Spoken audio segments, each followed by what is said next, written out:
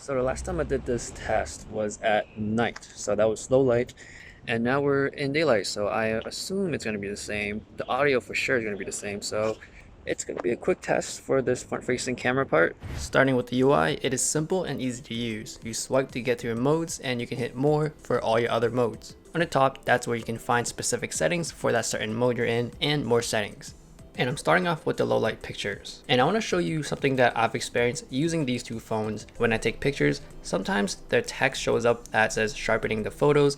That's when like the processing happens to the photos, and most of the time it's in low light situations. Sometimes it's in broad daylight. And what I've realized is that processing happens a lot more often on the Pro than on the regular Mate. So when I take pictures side by side, it's kind of hard to compare them truly to each other. So with these results, I'm going to tell you right now that since the processing happens a lot more often on the Pro, those pictures look much better than the regular Mate. So here's a clear example where that happens. When I took the picture with both, the Mate 20 Pro says that sharpening thing, please hold still, and the Mate 20 Pro doesn't show anything at all. So as of now, the Mate 20 Pro is more reliable in low light situations, but there are times when the Mate 20 comes through and does that processing as well. It's very inconsistent with the Mate 20. Now there are rare times where the Mate 20 Pro doesn't do that while the Mate 20 does. So maybe that's why some people said that the Mate 20 looks better on my last unboxing video of these phones. And when they both end up processing, it's really hard to tell which one is which, and the Mate 20 Pro may be a hair better,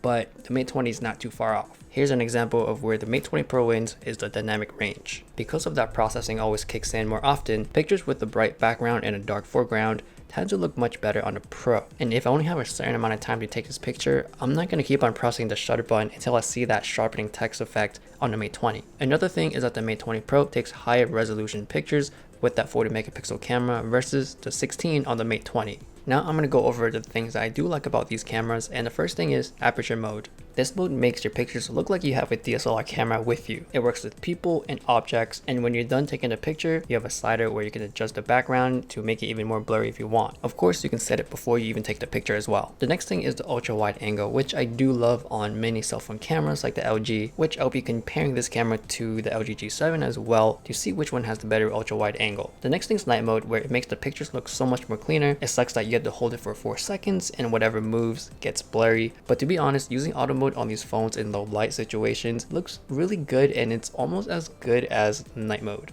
The night mode is just a little bit brighter, where on the upper left of the picture where the wall is barely lit, it's just a tiny bit brighter, and there's a little reflection on the front table where it is also brighter. The front facing camera has 24 megapixels, and for me, I feel like its lacking of saturation and color is not as punchy as other phones, so the front facing camera and with push mode is probably the least favorite thing on this phone for me. Now moving on to video, it shoots at 4K at 30 max, and we're testing out the stabilization handheld. Both of these look exactly the same. The stabilization works as well on both. The main lens and the ultra wide I believe is AIS, while the telephoto is only OIS. Testing out the telephoto stabilization, as you can tell, the Mate 20 doesn't work at all, or doesn't look like it's working. I don't know if it's just my unit, but then again, on the Mate 20 Pro, it doesn't look as good as the AIS on the main lenses. For the video, I think it looks great. For me, I do like a more punchier look. Then again, that's just a self-preference thing, and I wish it had 4K 60 where I can slow down footage to make it look more cinematic, but that's just me. But I do like how this phone can pick up pretty good audio, unlike other phones like the OnePlus or the Pixel. I'll show you a quick clip so you can judge it as well.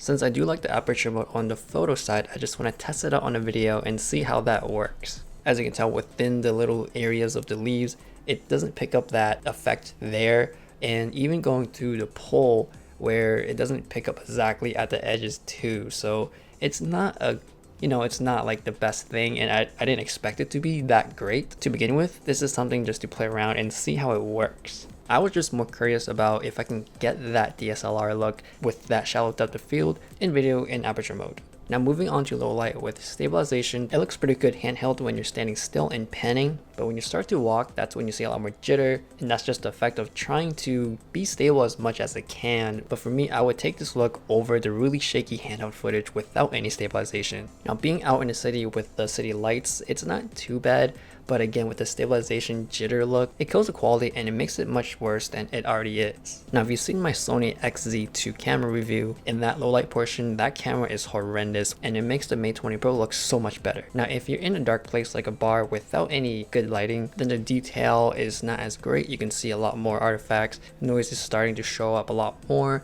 and the sharpness is pretty much gone. But overall, I think the Mate 20 Pro is the winner just because it's more constant with the processing, therefore giving you a constantly better picture. But sometimes it does look too over processed, which some people may not like. But then again, the Mate 20 isn't a bad phone either. I've recently started using this phone as my main phone, and using it for pictures, it's still a great experience. Is it better than a Mate 20 Pro? No, but it can still take really good pictures. Thanks for watching. Let me know what you guys think, and I'll see you guys later.